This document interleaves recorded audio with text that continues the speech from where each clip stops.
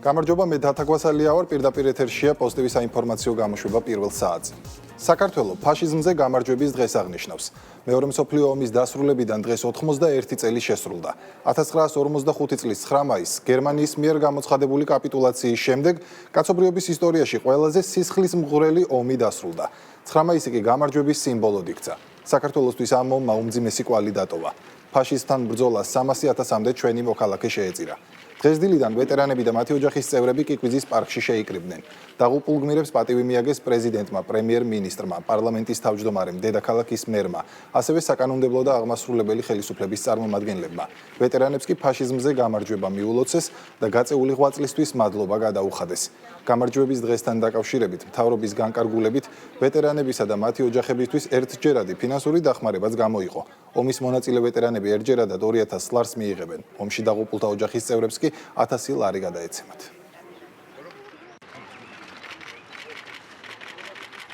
ყველას ულოცავ 9 მაისს ფაშისტ გამარჯვების დღეს, განსაკუთრებით ულოცავ რა თქმა უნდა ჩვენს ვეტერანებს. 300.000 ადამიანი შეეწირა ქართველი ფაშიზმის წინააღმდეგ ბრძოლას, 100.000-ობით ქართველი იბრძოდა ფრონტზე და რა თქმა უნდა ჩვენი ვალია პატივი მიუგოთ თითოეული მათგანის, თითოეული გმირის ხსოვნას, თითოეულ გმირს, რომელიც არის განსახიერება თავდადების, სამშობლოსთვის თავგანწირვის.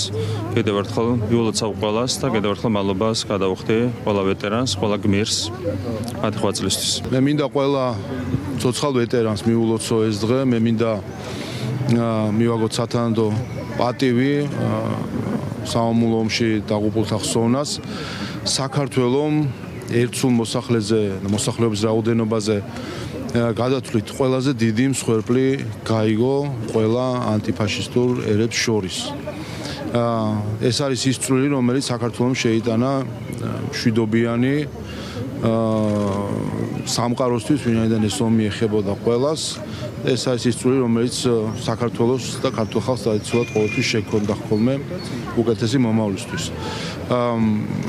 ეს დღე ასევე ჩვენ გვახსენებს თუ რამდენად მნიშვნელოვანი არის რომ ის დღეები, რაც ჩვენ იდენტობას ქმნის, ის ისტორიული მომენტები, რაც ჩვენ როგორც ერს გვაკავშირებს ერთმანეთთან და ჩვენი საერთო მეხსიერება არის, ეს დღეები არ დავივიწყოთ და იყოს ყოველთვის ჩვენი შვილების მეხსიერებაში. უდიდესი წვლილი შეიტანეს ჩვენმა პაპებმა, ჩვენმა მამებმა, რომლებმაც ერთ-ერთი დიდი გამარჯვების ფურცელი ჩაწერეს და კიდევ ერთხელ სამყაროს ამცნეს ის, რომ ვართ მეომარი, ძლიერი და თავისუფალი ერი. კიდევ ერთხელ ყველას ერთად გილოცავთ, მე მინდა მიუსამძიმლო ყველა დაღუპულის ოჯახს. ეს არის საერთო გამარჯვება სინათლის სიბნელეზე და მე ვიცი რომ და დარწმუნებული ვარ იმაში, რომ ჩვენი ქვეყანა თავისი თავისუფლების და ერთიანობის დიდ დღესაც იზეიმებს. ჩემი გამოცდილება ეს არის საშინელების მოგონება. საშინელება, რაც მეორე მსოფლიო ომმა მოუტანა მთელ მსოფლიოს და განსაკუთრებით საქართველოს და საბჭოთა კავშირის დასახლებულ ხალხს. ყველაზე მეტი ჯარისკაცი გაიწვიეს საქართველოდან, 700,000-ზე მეტი ადამიანი გაიწვიეს და 9-ზე მეტი იქ დარჩა. ზოგი უყვალოდ არის დაკარგული ისორებს, რომ ბედნიერ საქართველოში და მშვიდობიან საქართველოში ისხორობენ. ფაშიზმზე გამარჯვება, ჰიტლერზე გამარჯვება არ მოხდა, იყო მსოფლიო დამოვნებული ხონდა მაგას. მსოფლიოს იპყრობდა. ზავარში წამიყვანე, ჩვენ ნაჯსა ვიყავთ, კერჩი ვიყავთ. სარესახელობ დივიზია, ქართული დივიზია, ჩამოყოლდენ დივიზიაში ვიყავით, სარესახელობ დივიზიაში. საქართველოს პარლამენტის თავმჯდომარე 9 მაისთან დაკავშირებით სოციალურ ქსელში ვრცელ წერილს აქვეყნებს და ვეტერანებს ფაშიზმზე გამარჯვებას ულოცავს. შალვა პაპუაშვილი ხაზს უსვამს ქართველი ხალხის უდიდეს როლს მეორე მსოფლიო ომში, ფაშიზმის წინააღმდეგ. პარლამენტის თავმჯდომარის თქმით, ისტორიის ევროპულ და რუსულ ფერებად დაყოფა ხელოვნურია, რადგან ფაშიზმზე გამარჯვების დღე სწორედ ქართველი ვეტერანებისა და იმ გმირების დღეცაა, რომლებიც ისტორიის გამარჯვებულ სწორ მხარეს იდგნენ. შალვა პაპუაშვილის განცხადებით, ეს თარიღი ქართული ეროვნული იდენტობის განუყოფელი ნაწილია და ამ დღის პოლიტიკური კონიუნქტურით გადახედვა დაუშვებელია. ვიღებ ხელში კალამს, გაძლევ კეთილსალამს, იყავი ბედნიერად, შენი შვილებით, შენი შვილიშვილით, მარგალით. 9 მაისამდე სულ რამდენიმე კვირით ადრე ფრონტიდან ჩემი დიდი პაპის მოწერილი ეს წერილი ბოლო აღმოჩნდა. ამ ერთ წინადადებაშია ომის მთელი ტრაგედია, სიყვარული, იმედი და სიკვდილის წინაშე მდგარი ადამიანის სიმშვიდე. 9 მაისი დიდი გამარჯვების დღეა. 8 ათეულ წელს გადასცდა, რაც ჩვენ ვზეიმობთ ამ დღეს და ვიხსენებთ ჩვენს მამებს, პაპებს, დიდ პაპებს, იმ თაობას, რომელმაც დაიცვა თავისი ქვეყანა და აოხრებისგან გადაარჩინა სამშობლო. დიდია ქართველების წვლილი მსოფლიოს უდიდეს ომში. ბრძოლის ველზე წასული ასობით ათასი ქართველისგან ნახევარი შინ ვერ დაბრუნდა. საქართველოში არ არსებობს ოჯახი, რომელსაც არ ჰყავდეს ამ ომში დაღუპული. დიდი სამამულო ომი დარჩა ჩვენს მეხსიერებაში, აისახა ხელოვნებაში, ლიტერატურაში, ფილმებში, რომლებიც აცოცხლებენ ამ საშინელი ომის ეპოქას, სულისკვეთებას და მსხვერპლს. ეს მეხსიერება იქცა ჩვენი ეროვნული იდენტობის განუყოფელ ნაწილად. სწორედ ამიტომ გახდა ეს თარიღი შეტევის სამიზნე.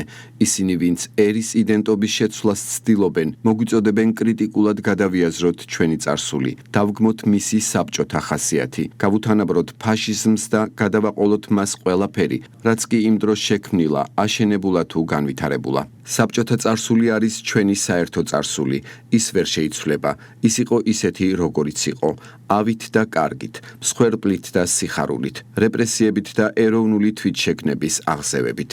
ამ წარსულის კვლევა ისტორიის და ისტორიკოსების საქმეა, მაგრამ ჩვენ ვერ მივიღებთ ისეთ მოწოდებებსა თუ კამპანიებს, რომლებიც მიმართულია ჩვენი მეხსიერების, იდენტობის და ისტორიული თვითშეგნების შეცვლისკენ, ისტორიის გადაწერისკენ. სწორედ ეს დევს მოწოდებებში, რომ 9 მაისი აღინიშნოს 8 მაისს, რომ 9 მაისი რუსულია, 8 მაისი ევროპული, რომ თითქოს ერთადერთი რაც საქართველოს მოეთხოვება, სამყარო აღიქვას ან რუსულ ან ევროპულ ფერებში და აირჩიოს ან ერთი ან მეორე.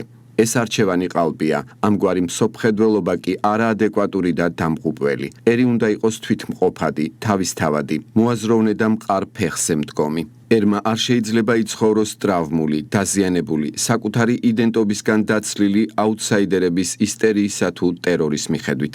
სწორედ ამიტომ 9 მაისი დარჩება 9 მაისად, რადგან ეს დღე ჩვენია, ჩვენ ვიომეთ, ჩვენ ვღარეთ სისხლი, ვიომეთ ისტორიის გამარჯვებულ მხარეს და ვამაყობთ იმით, თუ ვინ ვიყავით, სად ვიდექით და რა გავაკეთეთ.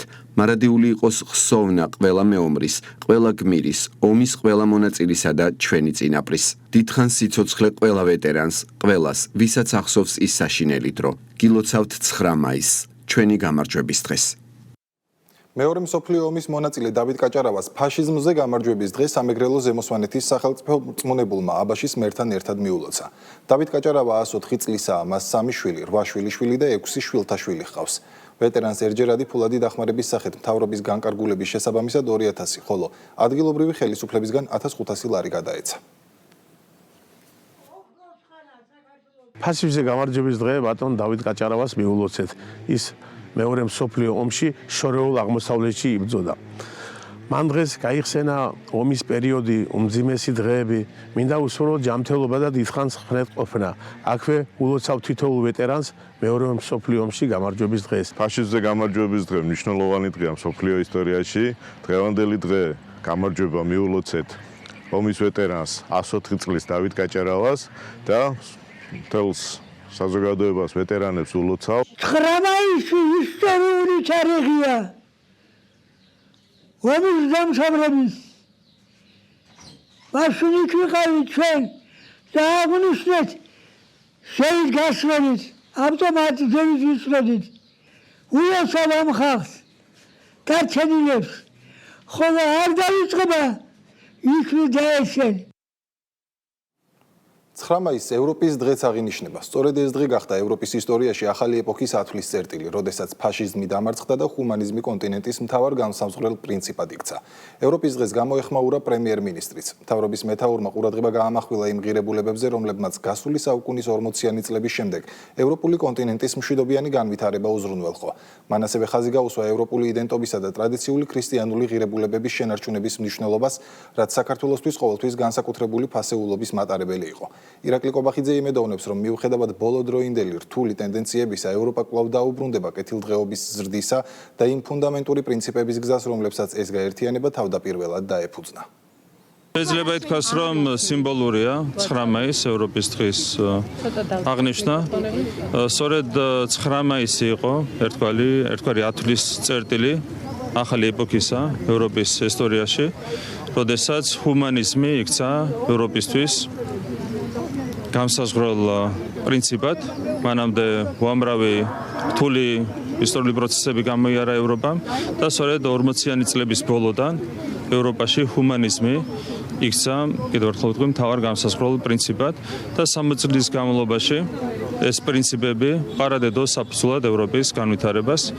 ბოლოდროინდელი ტენდენციები არის სამწუხარო, თუმცა ჩვენ უნდა დავიტოვოთ იმედი, რომ ეს ტენდენციები შემოტრიალდება, კვლავაც დაადგება ევროპა კეთილდღეობის ზრდის გზას, იდენტობის დაცვის გზას, რაც არის რა თქმა უნდა ძალიან მნიშვნელოვანი თითოეული ჩვენგანისთვის.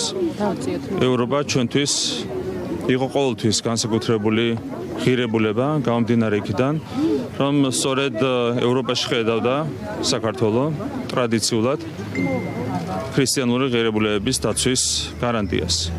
იმედია, რომ ის პრინციპები, რომლებსაც დაეფუძნა ევროპა გასული საუკუნის 40-იანი წლების შემდეგ, კვლავაც დაბრუნდება ევროპულ დღესასრიგში და კვლავაც გახდება განსაზღვრელი ევროპული დღესასრიგისთვის და ევროპის განვითარებისთვის.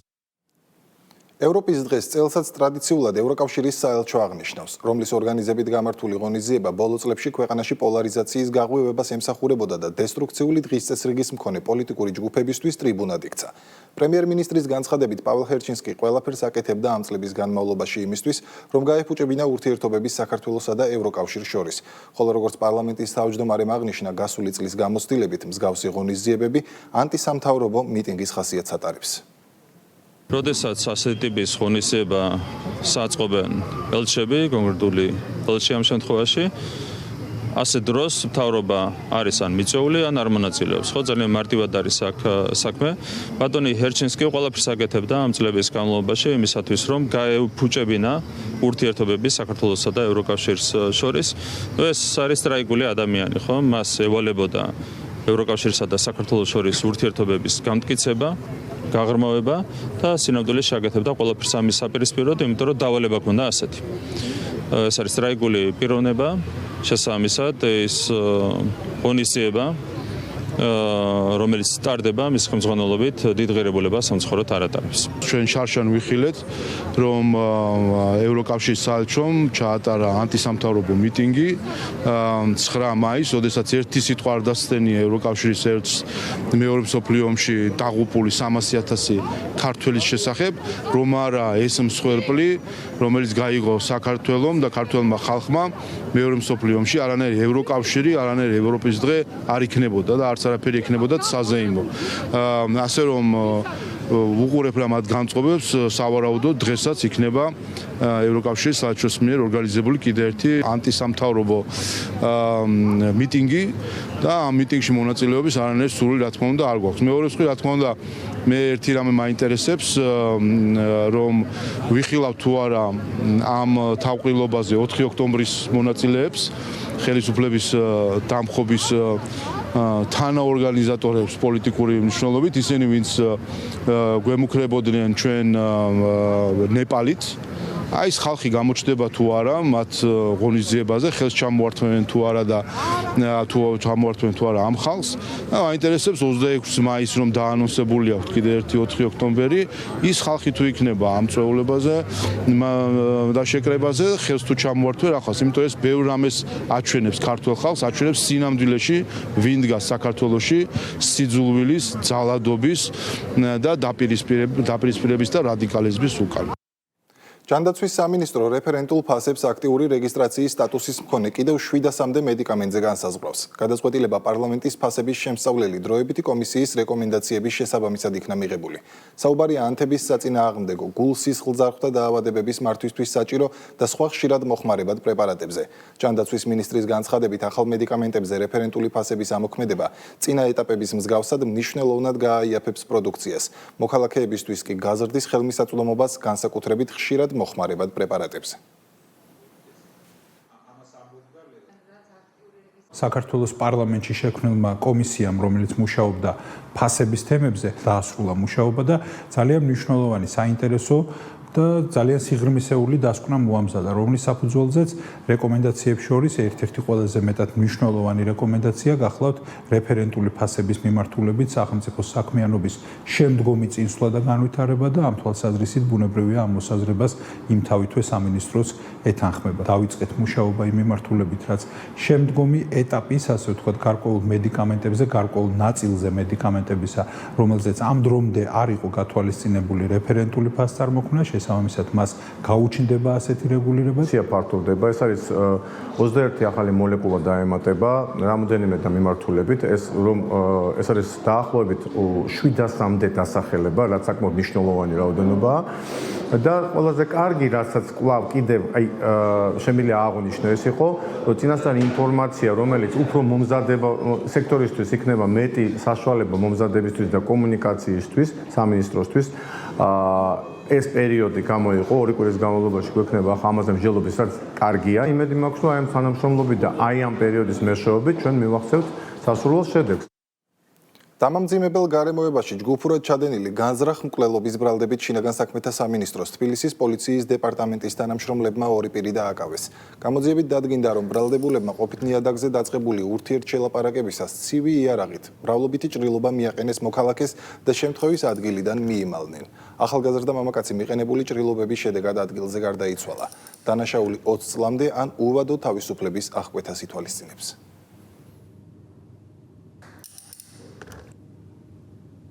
ნარკოდანაშაულის ბრალდებით შინაგან საქმეთა სამინისტროს ცენტრალური კრიმინალური პოლიციის დეპარტამენტის თანამშრომლებმა 11 პირი დააკავეს. დაკავებულებს შორის არიან როგორც საქართველოს, ასევე უცხო ქვეყნის მოქალაქეები. სამართალდამცველებმა ბრალდებულების პირადი და საცხოვრებელი სახლების ჩხრეკის შედეგად, ასევე საგამოძიებო ექსპერიმენტის დროს მათ მიერ მითითებული ადგილებიდან ნივთმტკიცებად ამოიღეს სარეალიზაციოდ გამზადებული, განსაკუთრებით დიდი ოდენობით ნარკოტიკული საშუალებები და ფსიქოტროპული ნივთიერებები, მათ შორის მეთადონი, ალფა-პიეპი, MDMA, მეფედრონი, მეთამფეტამინი, პრეგაბალინი, 1 კილოგრამამდე ამფეტამინი და 4 კილოგრამზე მეტი გამომშრალი მარიხუანა.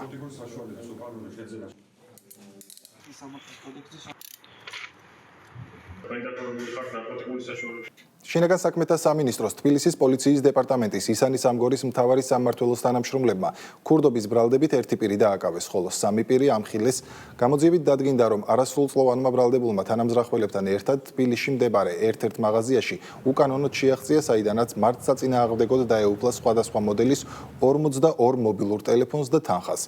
გამოძიება სისხლის სამართლის კოდექსის 177 მუხლით მიმდინარეობს, რაც 7 წლამდე ვადით თავისუფლების აღკვეთას ითვალისწინებს.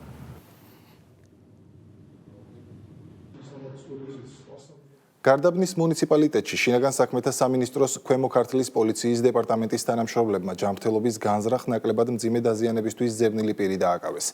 დაკავებულმა მიმდინარე წლის 29 იანვარს ყოფით ნიადაგზე მომხდარი კონფლიქტის საფუძველზე თანასოფლელს არარეგისტრირებული სანადირო თოფიდან გასროლი ცხეულის დაზიანება მიაყენა და შემთხვევის ადგილიდან მიიმალა.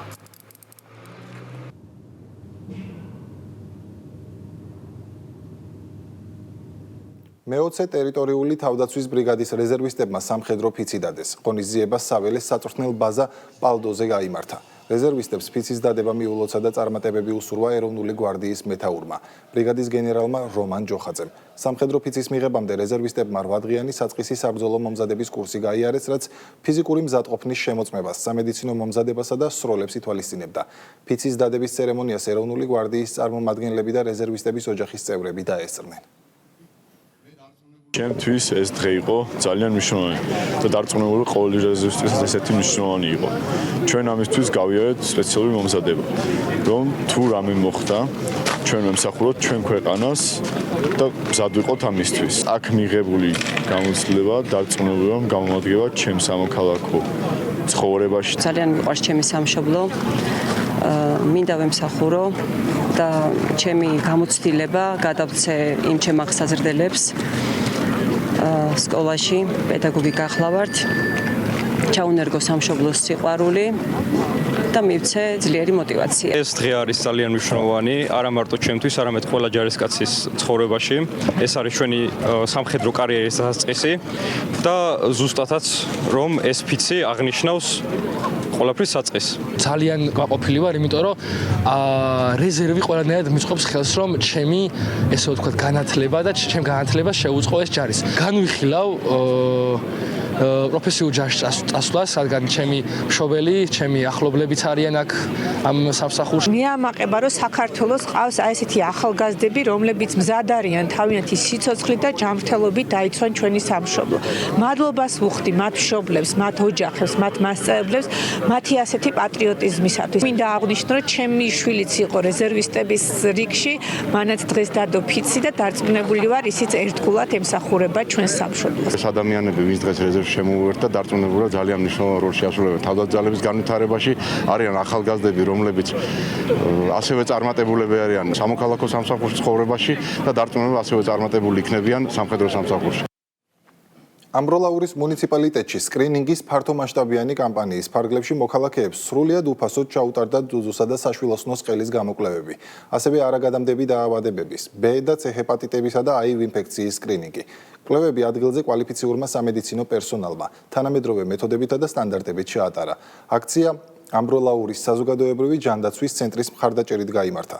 კამპანიის ფარგლებში სკრინინგული ღონისძიებები უკვე ჩატარდა აჭარაში, სამეგრელო ზემო სვანეთში, სამცხე-ჯავახეთში, გურიაში, ქვემო ქართლში, შიდა ქართლსა და კახეთში. კამპანია ეტაპობრივად გაგრძელდება ქვეყნის სხვა რეგიონებშიც და 15 ნოემბრის ჩათვლით საქართველოს თითქმის მთელ ტერიტორიას მოიცავს. სკრინინგ აქციები გრძელდება 54 მუნიციპალიტეტში გაიმართება 344 აქცია ნოემბრის ბოლომდე და ეს ჩვენ ვფიქრობთ, რომ ხელმისაწვდის გახდის ჯანმრთელობაზე ზრუნვას, ასევე გახდეს მას უფრო ადვილს და უფრო კომფორტულს. გამოკვლევა ხდება ქალბატონების სუზუს კიბოზე, აგრეთვე ხდება საშვილოსნოს ყელის კიბოს სკრინინგი. ვიკვლევთ პაციენტებს B ჰეპატიტზე, C ჰეპატიტზე და შიდზე. მინდა მადლობა გადავუხადო ორგანიზატორებს, ვინაიდან ჩვენი რეგიონისთვის ეს აქტივობა ძალიან მნიშვნელოვანია. ადრეულად აღმოჩენილი ავადობა ყოველთვის არის ჯანმრთელობის გარანტია, ამიტომ კიბო განაჩენი არ არის. ყოველ ჩამოსვლაზე გავდივარ სკრინინგს, მოუწოდებ სხვებსაც, რომ მოვიდნენ და გაიარონ. აუცილებელია. ხელოვნების საერთაშორისო გამოფენაზე ვენეციის 61 ბიენალეზე კულტურის სამინისტროს მხარდაჭერით საქართველოს ეროვნული პავილიონი გაიხსნა. პროექტით თანამედროვე არგონავტების საქართველოს გზაჯვარედინი. ექსპოზიცია მოიცავს ფერწერას, ფოტოგრაფიას, ინსტალაციასა და მულტიმედია არტს. პავილიონი კულტურის მინისტრმა გახსნა. ღონისძიებას დაესწრნენ საქართველოს პრეზიდენტის მეუღლე თამარ ბაგრატიონი, საქართველოს ელჩი იტალიის რესპუბლიკაში თამარ ლილუაშვილი და მოწვეული სტუმრები. ვენეციის ბიენალე 1895 წლიდან იმართება და წარმოადგენს ხელოვნების პოპულარიზაციისა და კულტურული გაცვლის ხელშეწყობის ერთ-ერთ უმნიშვნელოვანეს პლატფორმას.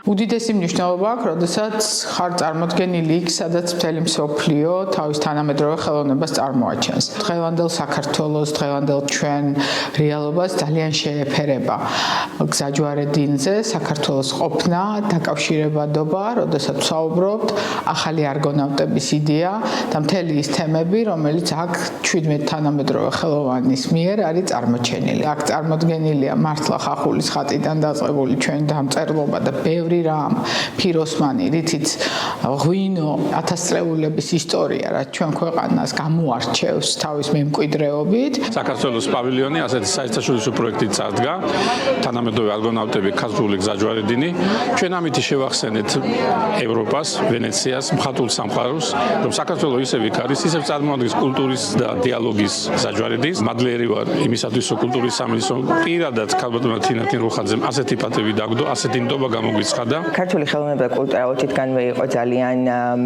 მაღალფარდოვანი იტალიის საზოგადოებაში და დღეს კიდევ წარმოვადგინეთ ეს არაჩვეულებრივი კულტურა იტალიაში რომელიც კიდევ ერთხელ ადასტურებს იმას რომ ჩვენ ვართ ევროპის ნაწილი ჩვენ ვართ ასეთი უნიკალური ქვეყანა თვითონ ბიენალე რა თქმა უნდა ყველა მხატვრისთვის ძალიან მნიშვნელოვანია იმიტომ რომ ეს რაღაც კარიერის ერთ-ერთი გასაღები მომენტია რაც ჩემ ნამუშევრად შეეხება შევეცადეთ რომ გამოგვეყენებინა ის სამი ანბანი რომელიც ჩვენ გვაქვს ეს პრივილეგია არის მე ვარ ძალიან ბედნიერი ჩემი შთაბეჭდილებები აშკარაა თქვენი პავილიონი არის ძალიან მდიდარი და კომპლექსური აქ გამოყენებულია გამოხატვის სხვადასხვა საშუალებები აბსტრაქცია ფოტოგრაფია ინსტალაცია ორგანიზატორებმა ძალიან დიდი შრომა ჩადეს ერთი იდეის ქვეშ სხვადასხვა ხელოვანი გაეერთიანებინათ ასე ოსტატურად მინდა მადლობა გადავუხადო საქართველოს ამ პავილიონისთვის და საქართველოს კულტურის მინისტრს რომ სწორედ თქვენი ქვეყნის საშუალებით მომეცა შესაძლებლობა მეჩვენებინა ჩემი ნამუშევრები.